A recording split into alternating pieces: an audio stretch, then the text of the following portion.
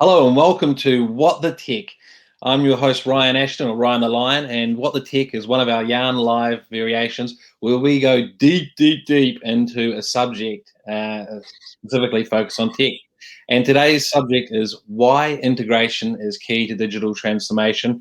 And the other person on screen that you can see there, Nikolai Blackie, will introduce himself in a moment. He's the principal architect and co-founder of Adaptiv. You'll see his face and company brand on the bottom of the screen there. So as always with anything to do with a yarn, AFQY yarns, we'll ask you, Nikolai, to introduce yourself first so we can meet the person, and then we'll definitely get into the business as we talk about integration, why it's key to digital transformation.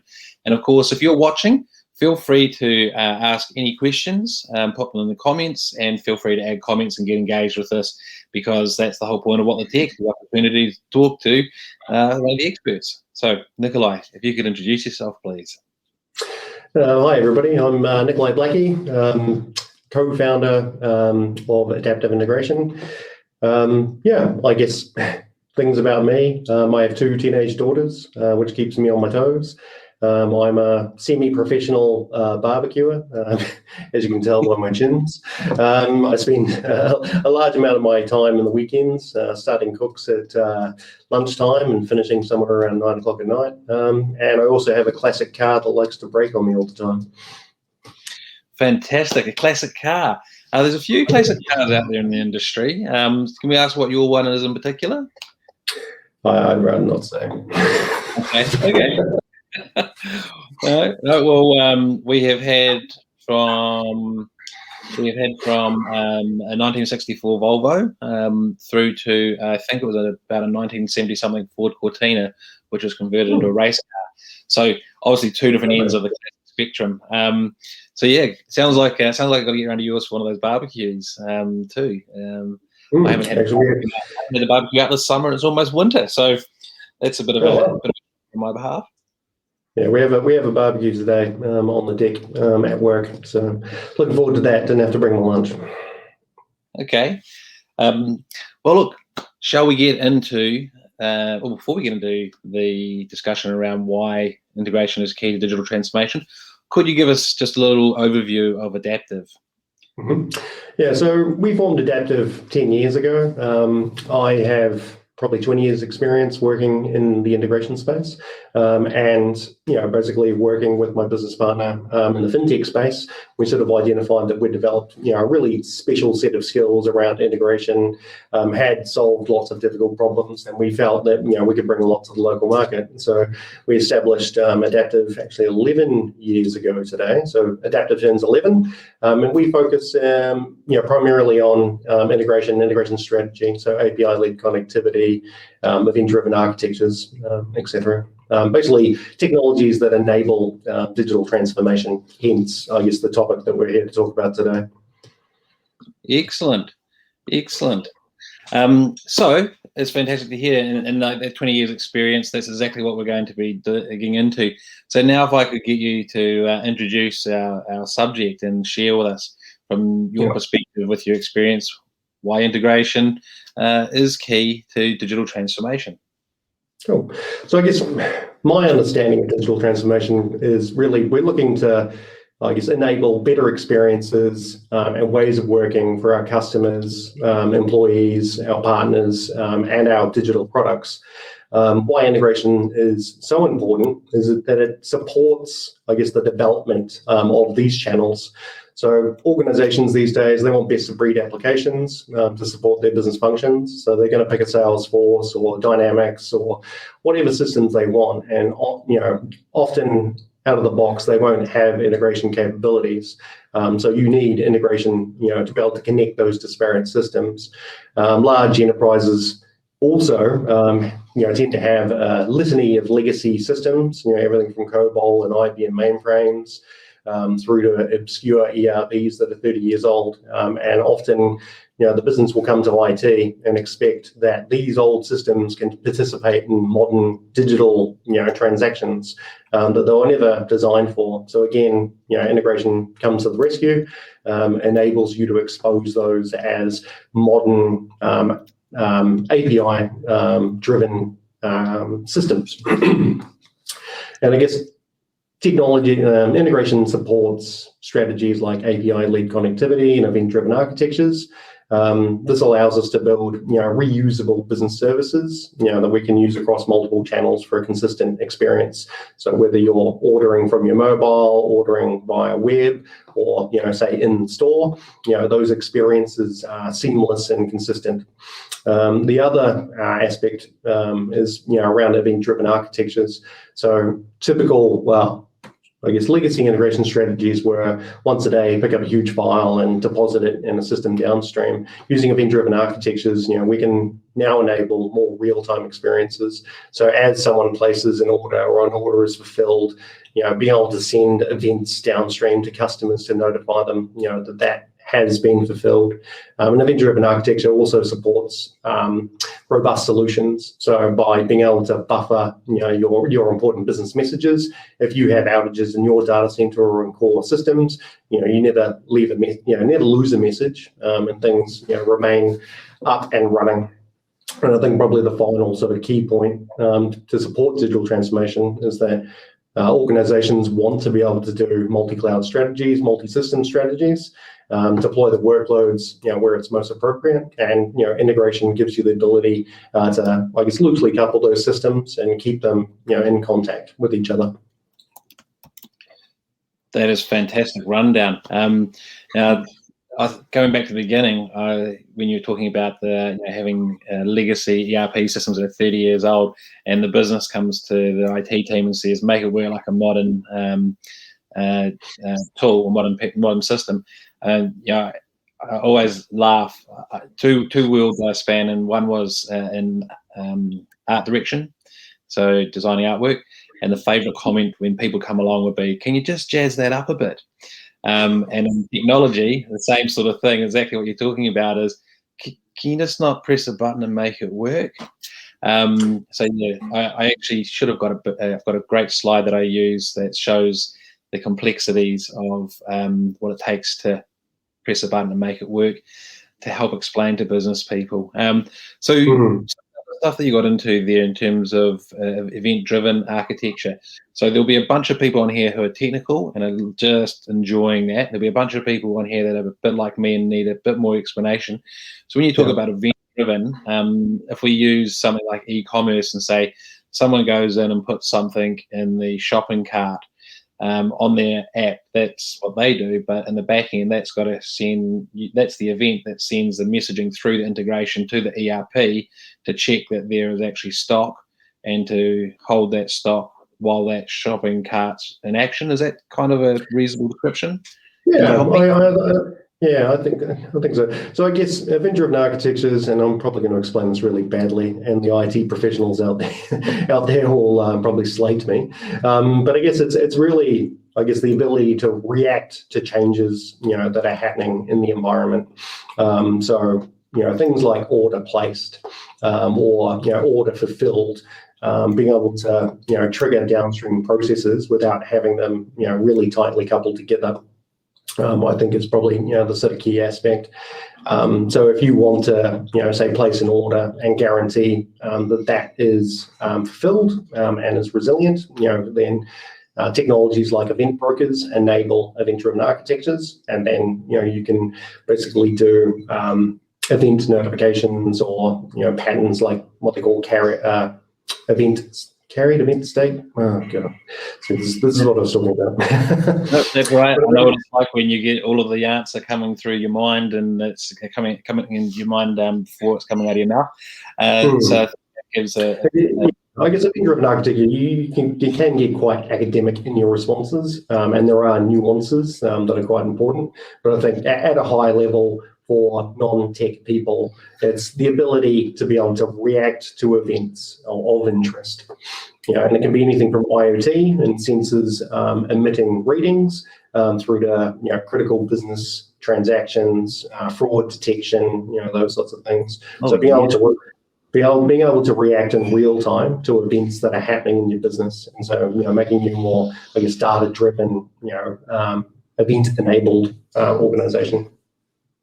Gotcha, fantastic. And yes, when when you start mentioning those use cases, it starts coming to life for me. So I'm sure that for the other business people in the layman world, it's starting to tick along quite nicely. Now, we've got a few comments that I'd like to, sorry, a few questions. So I'd like to kick off with one of those. And this is from Rob Ford from NZ Post. So he popped this question into the event about a week ago, which is, what trends are you seeing with integration platform adoption in New Zealand? I've noticed smaller organisations moving off the heavyweight platforms in favour of lightweight solutions for perceived cost savings. I might need to stress that word perceived. I don't know if that's going to be an important part of it. Are there any emerging platforms we should be aware of?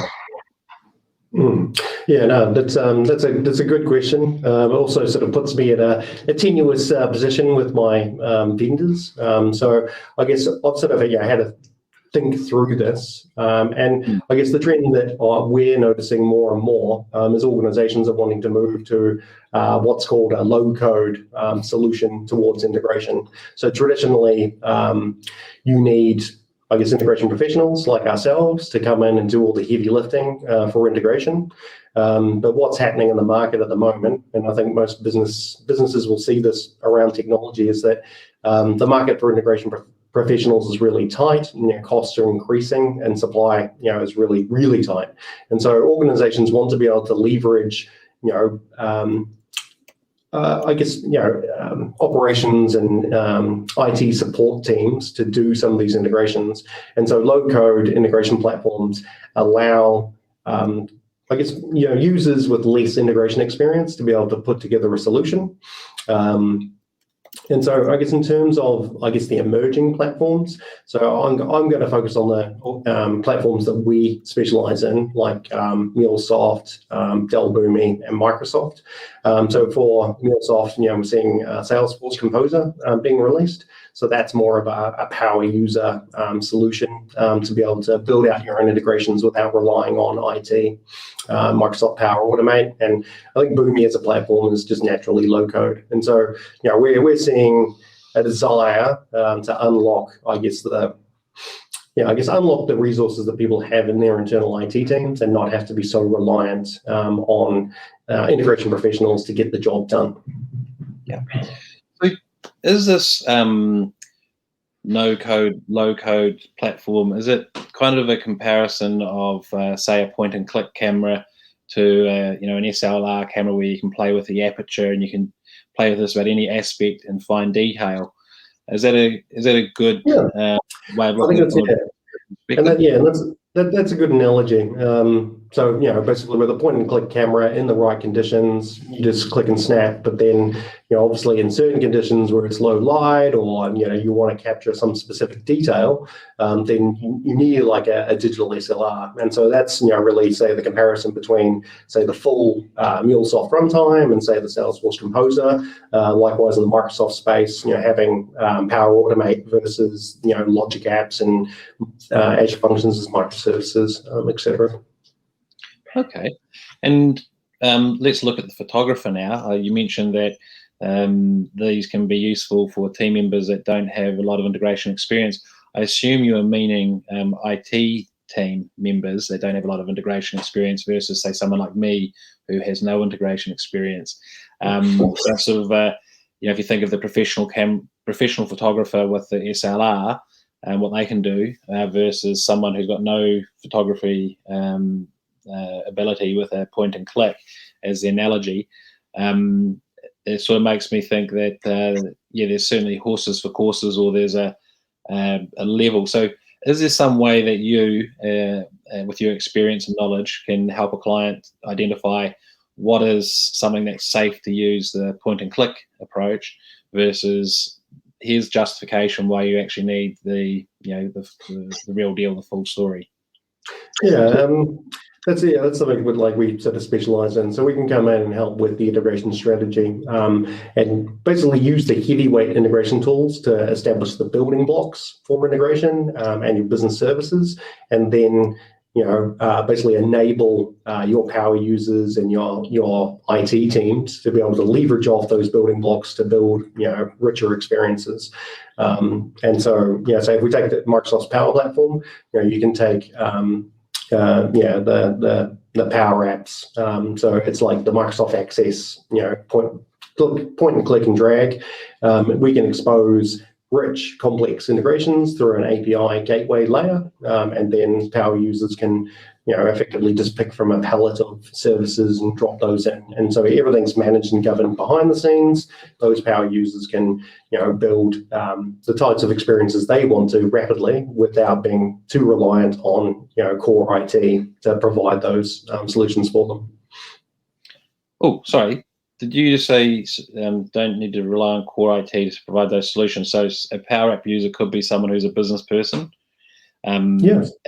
And okay, so what I was thinking before I picked up on that was if in the core of the system is all the heavy lifting, the big integration, the MuleSoft, Albumi, Microsoft, one brand that you mentioned, that enables around the edge of the core for the no-code Power App business person space. So if we're looking at that, what is it? If I was a client and sort of saying, well, what do I need to do? How do I work out if my core's in any good shape, or what? Is there some sort of rule of thumb, line in the sand, where you say, yeah, all of that we would look after and help, and here's how and why, which will then enable the so there's sort of defining the difference between the core and the edge, where you play, where they play. Yeah. Well, I think it's really down to sort of core, business services, exposing your ERP, exposing payment systems, fulfillment, all those sort of complex integrations. So helping define, what are the core services that support business functions, establishing those as, well-documented, APIs and events, deploying and managing those, and then being able to publish the details of those APIs and events, to users so that they can see what services are available, what data they can subscribe to, through developer portals and those sorts of things. And then, basically that gives them the guardrails to then go off and leverage those assets to build upon their own experiences. So we've just got a related question pop in the comments from Sam Tuino at Kiwi Rail. Probably what I was meaning to ask, won't say what I was meaning to ask, but a better way of asking it is, what needs to be set up to allow the business to fill their boots with low-code development? And that's where I was sort of leaning to is, you need to write the APIs, you need to be able to connect all the legacy systems. That's the, imagine connecting SAP to, I don't know what, but that's usually one of the big questions. To then, what do you need to, what needs to be set up to allow the businesses to fill their boots with low-code development? Yeah, so I think you need to establish a capability. So, and this sort of leads into some of the other sort of responses that I've got, but setting up what they call centers for excellence, centers for enablement, really determining the strategy for your organization. So how are you going to deliver solutions? How are you going to guide people and process to, I guess, move fast to deliver integration? And often you don't have to do a big bang approach. You can start small and work your way up. So if you're an organization starting from net zero integration, then you pick the low hanging fruits, the proof of values that you can do, and you start there. And you start with a consistent strategy about how you're going to approach it. You measure. Well, you establish what business outcomes you want to align with, what business functions you need to support. You set about establishing your platform and then measuring, I guess, the success of that delivery. And then, you iterate and you build upon those capabilities. So think about it as, I think a good analogy is building like a building. So you're starting out with good foundations, then you're, adding the interior, adding the exterior, you're adding the cladding. So you're not going to be able to build a house instantly right from the start, but you're going to build upon the foundations, and each component you add, I guess, adds to the overall picture. I'll put it this way: if you build the house as in the core, it enables me to do the gardening, maybe stain the deck once a summer. Just looking at my deck outside the window. But yeah, those things around the heavy lifting. All right, well, let's have a look at our next question. And this one is from Chris Lowther from Becca. So thank you, Chris, for that. And his question is, for organizations with a set of hardwired legacy applications, Looking to upgrade, what are the major benefits of integration and how might these be presented to make a compelling business case? After all, it's just infrastructure, isn't it? Well, yeah, certainly integration is, I guess, probably more of an application than infrastructure. But yeah, so I guess in terms of, I guess, building a business case for integration, I guess it's sort of twofold. It's one, looking at, what are the problems that you face? What are the issues that you have with your existing integrations? So, the cost of outages. If you've got a critical business system that's built on a flaky legacy hardwired integration, the cost of outages can run to the millions, for every hour of downtime that you have. I think, in building the business case, you can sort of put forward an argument around better productivity to deliver integrations, so moving faster to add value. The ability to, and so as discussed before, as you're delivering assets, you can reuse those business functions. So, as you add APIs, you have a richer ecosystem. Subsequent projects become faster and more cost effective to deliver. As we sort of discussed earlier, you're able to unlock those legacy business systems. So maybe defer that, that re-platforming for a core system, leverage APIs to expose those business services and get more value. So you're going to save some money on, large projects. I think another benefit as well is moving from batch to real time. So the whole event-driven architecture, unlocking new experiences that are better for customers and employees. And then, kind of looking into highlighting, I guess, the cost to build and maintain these legacy platforms. So you often end up with single point of failure resource issues. So that one person that's been with the organization for 10, 15 years, if they leave the organization, then you're left with nobody to maintain systems. And then again, I think highlighting the ability to unlock, new services and channels to support the business, so your customers, your employees, your partners, and your digital products. If you're using legacy hardwired applications, you're not going to be able to easily provide, those new experiences. And can I just check? Everyone might have different interpretation, but there might be a standard meaning to hardwired.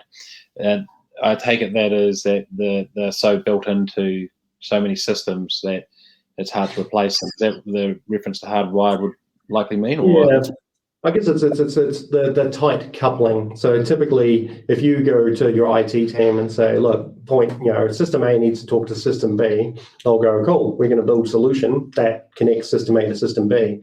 But you lose a lot of the ability to reuse those integrations.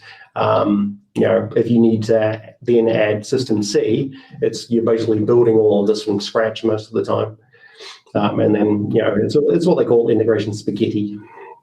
Okay, that makes sense to me. I can see that in my mind in terms of all of the different, I'll call them APIs that are communicating from one part to another part. Okay, so let's look at Chris's second question. Is it realistic to expect to be able to achieve integration of business systems across a multi-cloud and on-prem ecosystem, and how? Yeah. So that's something that's totally possible. Some platforms are more successful than others. So the ones that tend to be really successful are the ones that can run anywhere. So the ability to run in a containerized infrastructure. In some cases, you can even run on IoT devices. So you can run Mule ESB on a Raspberry Pi, and running in VMs, etc. So basically, that gives you, I guess, cross-platform portability. So you can run that in Google's cloud, you can run that in your data center, you can run that in Microsoft or AWS. The ones that don't do as well are the ones that tend to have to reach into your network remotely. So it sort of introduces latency. I think combined with this, if you leverage event brokers, so platforms like Solus that we specialize in, you can loosely couple those applications, and basically to a point where location no longer matters. So you could have a business service running on somebody's laptop. As long as it's got an internet connection and it can reach the broker, then you'll be able to integrate between all of those systems in a resilient manner. And then, yeah, I think probably one of the other key things as well is being able to deploy your workloads close to where they're useful, so to eliminate that latency. So that's one of the sort of big challenges we have at the moment, having to go across to Australia to do a request, come back to New Zealand to get the data, and then go back to Australia to return that response.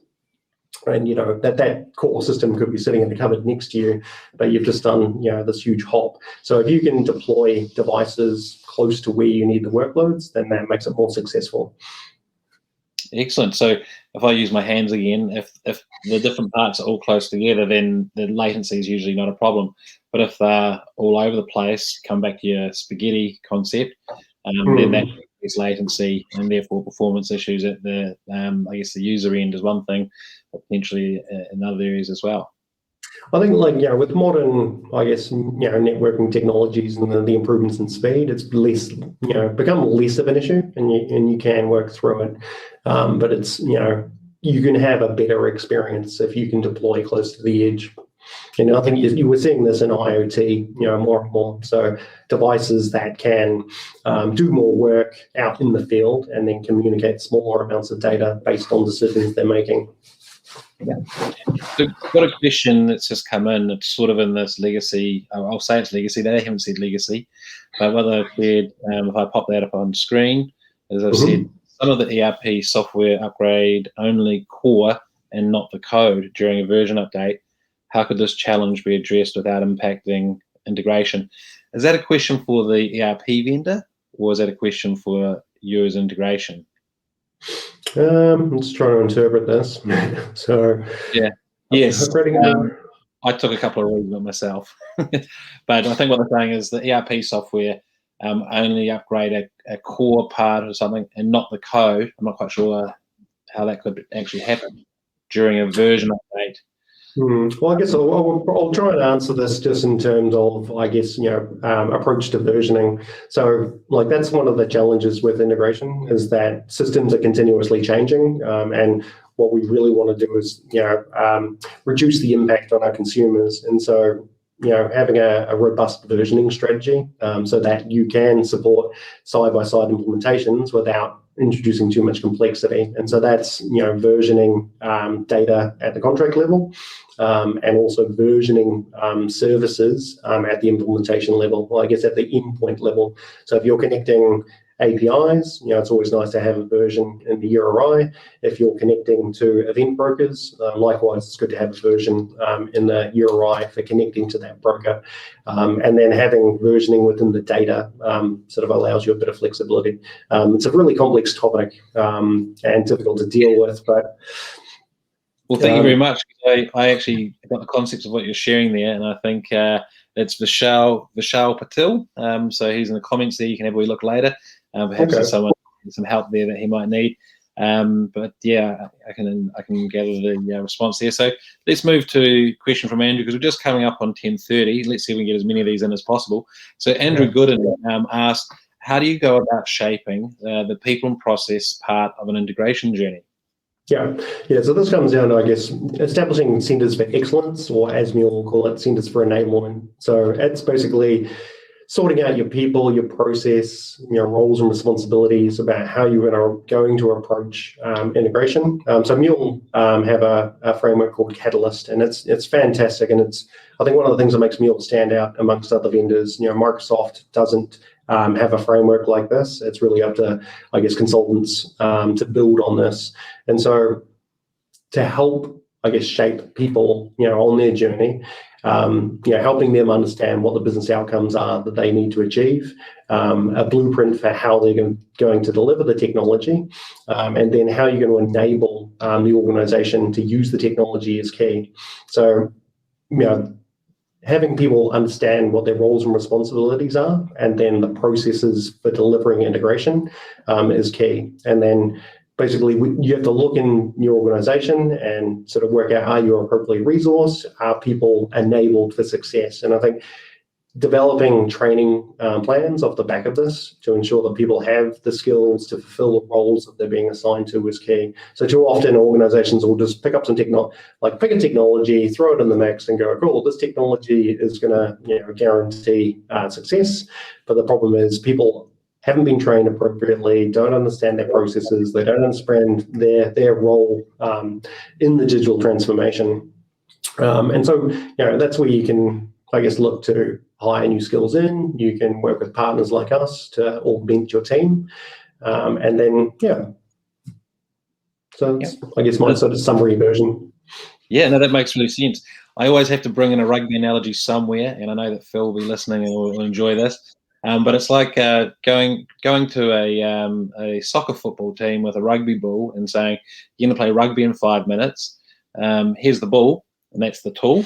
And the outcome that people want to do is have them play like the All Blacks. But of course, they don't know the processes of how to play rugby. They don't know how to scrum. They don't know how to pass. They've got the tool, but they're not going to achieve All Black level gameplay because they've just been given a tool with the expectation of meeting the outcome of playing like the All Blacks, but don't have the training, don't have the knowledge, don't know how to get there. So yeah, really cool. Hey, we're just on 10:30, so I just wanted to check with you if you were okay for a minute, or whether you had to get back to clients. We can keep going. I've blocked out this whole hour. So. Oh wow, okay. We'll try not to use the whole hour because people have got a book that they're having their cup of coffee, morning tea. So they can always refer back to it, which is why I put the timestamps in the comments when you see me leaning over to the side. For anyone wondering what I'm doing. So let's go to one from Chris Collins. So he asked, can you explain what data fabric is versus data virtualization? Are there any specific considerations that need to be made for companies looking to be more digital with these technologies? How would one govern integration tech? A couple of parts to that one. Yeah, I guess I've sort of prepared really only a response for the first part of that. So at Adaptiv, we sort of made a choice early on to go, I guess, 100 feet deep on application integration. So that's really our specialty. We work with API gateways, middleware, and event brokers. And so data integration, and especially concepts around data fabric and data virtualization, are a really sort of specialist area. And so we work with partners like Data Engine and Akash. They specialize in this. This is their bread and butter. And so this is something that we've, I guess, chosen not to get into because it's another. We recognized it's another set of skills, and it sort of takes away from, I guess, our expertise around integration strategy. It's a space we'd like to get into, but it's certainly quite a bit different. And sort of adding into that, I sort of had a bit of a read around the data fabrics and data virtualization. I think where our skill sets can help is around tools for integration. Supporting message translation, protocol translation, and then also, I guess, the event mesh from the event brokers. So being able to supply data in real time. So we've done projects where all the events we've created for a solution are fed directly into platforms like Snowflake in real time. So as somebody places an order, a copy goes to Snowflake as an order is fulfilled or cancelled or whatever, and then you can do basically in real time where we're supplying that data, I guess, into the fabric or the virtualized data structures. Excellent. Well, thank you very much for that, both for what you could answer and for identifying where you do and don't work, because there's that Richard Branson post that goes through saying, say yes to everything, then work out how to do it. But it's been one of the, I guess, bugbears of IT and how people perceive IT, or some of the stereotypes that's been created, where people will take on a job and then charge you to work out how to do it. In which case, you've just said, this is what we do, this is what we don't do. So it's a really upfront, honest approach, and I'm sure the industry absolutely appreciates that type of service and type of communication. So good on you for taking that approach and answering the question. I think it's far too stressful to say yes to everything and then struggle to sort of catch up and work out how to do it. Yes, absolutely. Okay, well, we've got one more, and then two more, and then we'll wrap up. So Ben Smythe has asked quite an open question, which is, what or who do you find to often be the biggest threat to enabling digital transformation in the workplace? What's the biggest threat?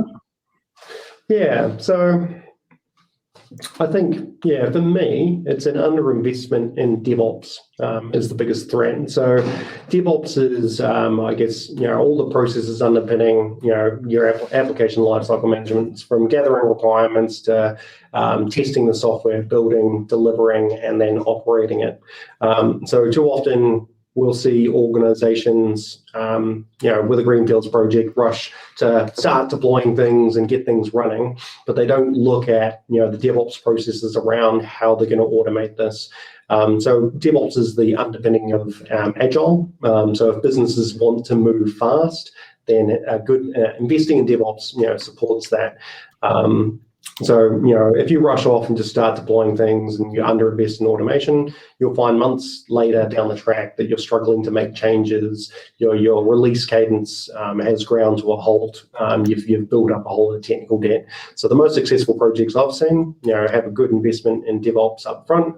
They automate as much as they can. They're pragmatic about it, and they invest in test automation. And the sort of net results are, after a year, their cadence hasn't slowed down, and if anything, they've gained more experience in DevOps and they're speeding up, and just fantastic outcomes. And the people in operations, the developers, are typically a lot happier because things are going a lot smoother. No big bang deployments and working through weekends trying to deploy complex solutions. It's you're pressing a button and you're watching, I guess, the magic unfold. Excellent. Well, that's a really good answer in terms of what are the biggest threats. And I've often thought to myself, what's the relationship between DevOps and Agile? Because it's almost Agile's the process, and DevOps is actually doing it with the tools. But I did have a little bit of confusion. But when you said DevOps is the underpinning of Agile, that makes complete sense to me, and just gave me a great perspective on that. So thank you very much. So let's move on to our last question that we have here before we wrap up and give a summary. So Anthony McMahon asks, and this possibly goes back to that question around low code, no code. When I say this, what are the risks businesses should be aware of associated with indirect integration solutions such as Zapier? Yeah, so I think tools like Zapier and those kind of, I guess, drag, drop, point and click, where you've got a single source and a single kind of destination. They're great for, I guess, new organizations and startups where using predominantly SaaS and cloud-based systems, where the integration requirements are relatively simple. I think the risks is that you end up with a strong tendency for point-to-point solutions. So, basically that whole legacy tightly coupled, but reimagined on modern technology and cloud. So you end up with a lack of reuse. And then if you have to support hybrid architectures where you've got to connect to systems on premise, you can come unstuck. And then again, when the complexity ramps up, these tools tend to lack a bit of extensibility. But that said, if you just want to get data from A to B and don't care about the aspects of reuse and API-led connectivity, then the tools can work, but they have their limits. So yeah. So when you talk about that, the examples I've seen of the use of Zapier is an email comes in, and when it lands, the Zapier then automates a ticket, as in like an event ticket to AFQY, back that email, or something simple like that, which when you say point to point, that makes sense in my head. So I'm starting to learn your tech jargon. But it also made me think of RPA, so robotic process automation, which to me, that same sort of thing. An email comes in with a whole bunch of data instead of a human scraping it and entering it into fields. RPA, an example, example is it would do that copy and paste for the human to, they all seem very similar. Is this sort of like a integrations on one end and RPAs on the other end? Is Zapier no code, sort of like probably closer to the RPA side. So I think it's like horses for courses. If you're looking to automate, some of your personal processes, then tools like Zapier and such are really, really good.